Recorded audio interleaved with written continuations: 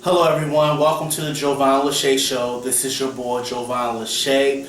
I'm here to talk R&B Divas LA. We're up to episode 7 right now, and this one was called The Show Must Go On. And the show is going on with or without the participation of all 6 divas who originally signed up for the show. Remember that you can follow me on Twitter, you can follow me on Tumblr. You can also follow me right here on YouTube at Jovan Lachey, J-O-V as in Victor, O-N-L-A-C-H-E-Y.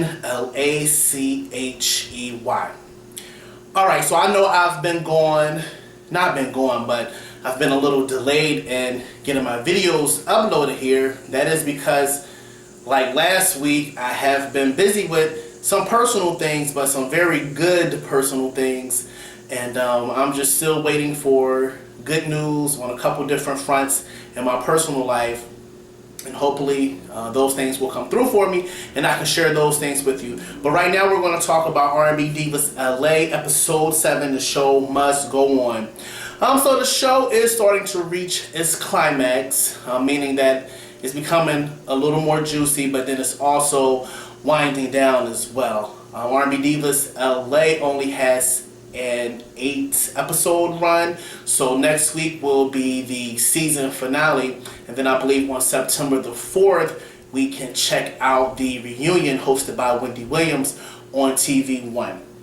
Alright, so in this episode, Claudette, she thinks it's a great idea for a therapist to come in and talk to the ladies about their feelings about the recent fallout with Kelly versus everyone else. Michel'le, she has a new song that she's practicing and she's thinking about performing it, or her people are thinking about her performing it in some of her upcoming shows. And the rest of the ladies, they went on and they did a photo shoot for Kontrol Magazine for its 4th anniversary issue. And Chanté and Lil Mo, they did a really good job at that thing as well. Then also another big thing that happened on the show was during the last 10 minutes, there was a confrontation between Lil Mo and Kelly Price. But let me just back up just a little bit and give just a little recap. I'm not going to go in as much detail as I have in the recent ones or my past ones. But we're going to start with the therapy session. So Claudette, she makes her appearance back on the show this week, and come to find out, she had been away for a very good reason.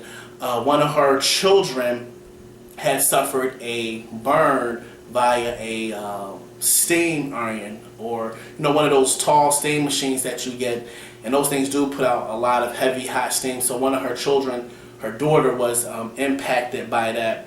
So Claudette, she went on and she was blogging about that particular episode. So she says that in episode 7, everybody knows that what happened with her daughter and why she's been missing in action. And she says no disrespect to the other divas on the show, but her children come first, so she really had to step away and make sure that her daughter was taken care of. She said her daughter is better now and that she does have a scar on the left side of her face, but the doctor said that scar will fade eventually, and it's already starting to fade. So Claudette is pretty happy about that. She said that while she was taking a shower, she heard her daughter scream, and she said her child got a hold of a small steam iron, the kind that you use on garments. You may press out your suits with or do the curtains with. And she didn't even know it was there really, because she said it's a rented house that she's living in, so I'm assuming that it was already furnished with things that came inside of it. So there was some water in it, and the kids actually turned it on, and her daughter unfortunately got burned. She's only 5 years old, but she's now getting used to the looks from the scar on her face, and people are asking her questions, and she will be well. So we hope that Claudette's daughter has a full recovery and that scar does fade away from that. So Claudette, she came up with a good idea once she was caught up on everything, to have the ladies actually come to her house for a therapy session. So all the ladies were not there. It was only 4 of them, minus Kelly and minus Dawn. So they have a session, and of course Kelly and Dawn are initially the topic of conversation, but this therapist really wants to find out why these things have happened and with what their part was in it, and not just what Kelly's part or what Dawn's part was, and why they had this big blow up. So they kind of get past that and they begin talking about what they want to do with these monologues. So the monologues are still the talk of this R&B Divas LA episode. So Claudette, she, kind of was put off a little. You can tell by where Lil Mo was going with, the topics of the conversations, because she said that Dawn has never done anything to her and that she really didn't know what happened, and that she didn't say she would still like to be friends with them, but she just pretty much played a role that I probably would have played as well. I think a lot of times people, you hear somebody else having an issue with someone and you kind of pick that up and you run with it and you don't actually form your own opinion about that person. Because someone else had a falling out with somebody doesn't necessarily mean that you have to fall out with someone as well. People had their reasons for fallouts, and sometimes they're personal and sometimes they're not. So that's why it takes a grown adult to actually be able to filter those things out and make a decision that's good for themselves. So overall, this therapy session, I think it went good, but therapy sessions are standard nowadays on reality television shows. So, this is nothing new that happened on this episode that didn't happen on any other reality show, name it. They all see therapists on their shows now. Michel'le, she is actually working on some new material. She has been going off of the music scene for quite some time. She did release the album back in the late 90s, early 2000s called Hung Jury, but that really didn't do anything. It definitely didn't do what her very first album did back in the late 80s, early 90s. So Michel'le has in essence been off the scene for over 20 years. But of course she has a fan base of people that know her from then, and I'm sure she's trying to garner some new fans.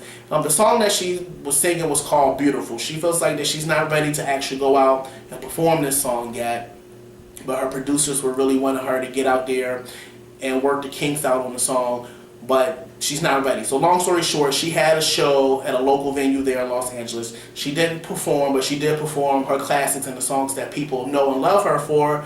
And Michel'le still has it, She definitely still has another opportunity to get out here, get on the touring circuit, put a new album out, and get some new materials. I can definitely hear Michel'le on, like the urban adult contemporary stations. I'm not sure if she would get a crossover hit or any hit that would possibly played on mainstream urban, but definitely on the adult urban stations. Michel'le is definitely ripe for that. She just needs to get some good material and make sure that it's produced very well, make sure it's a quality production, and get it out there. I see no reason why Michel'le can't be in the top 10 of the urban adult contemporary charts.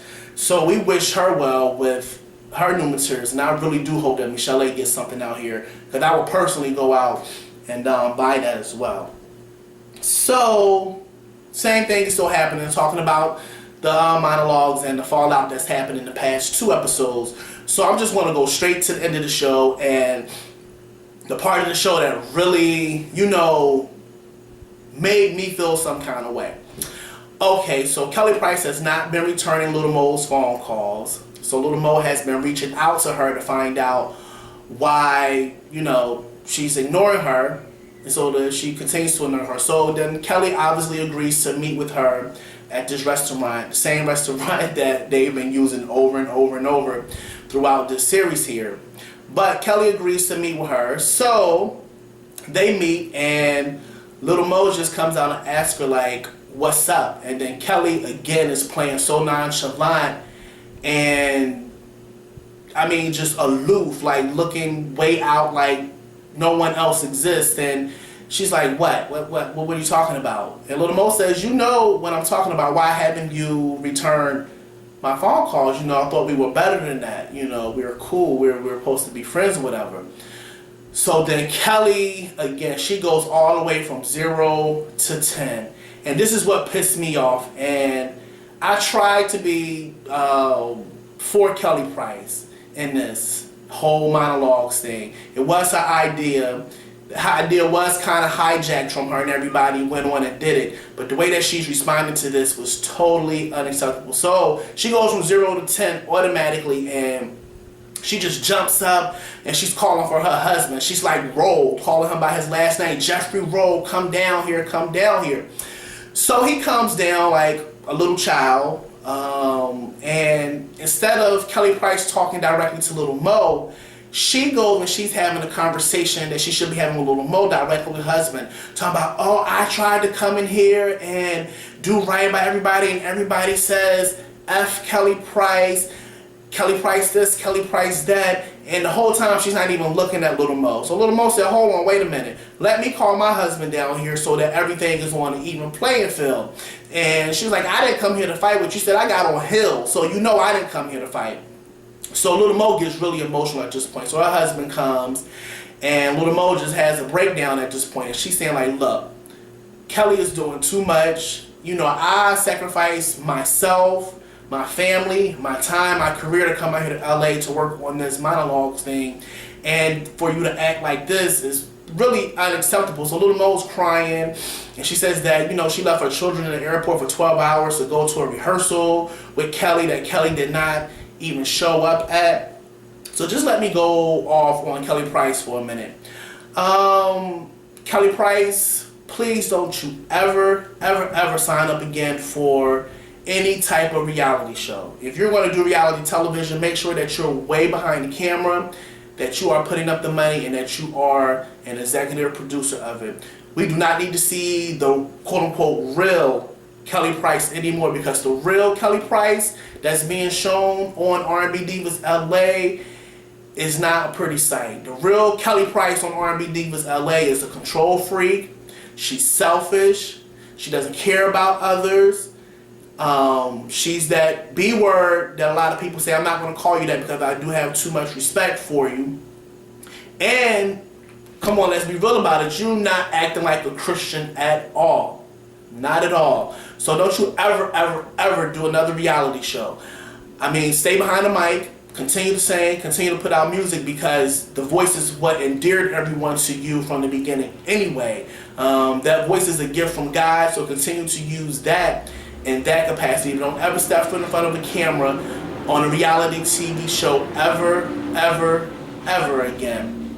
And unfortunately, I think that Kelly Price has lost a lot of fans. I actually was looking at the teaser that she has on YouTube for Not Your Monologues with her and Dawn, and I believe it's about 1,200 likes, and about 800 of those, excuse me, not 1,200 likes, but 1,200 views.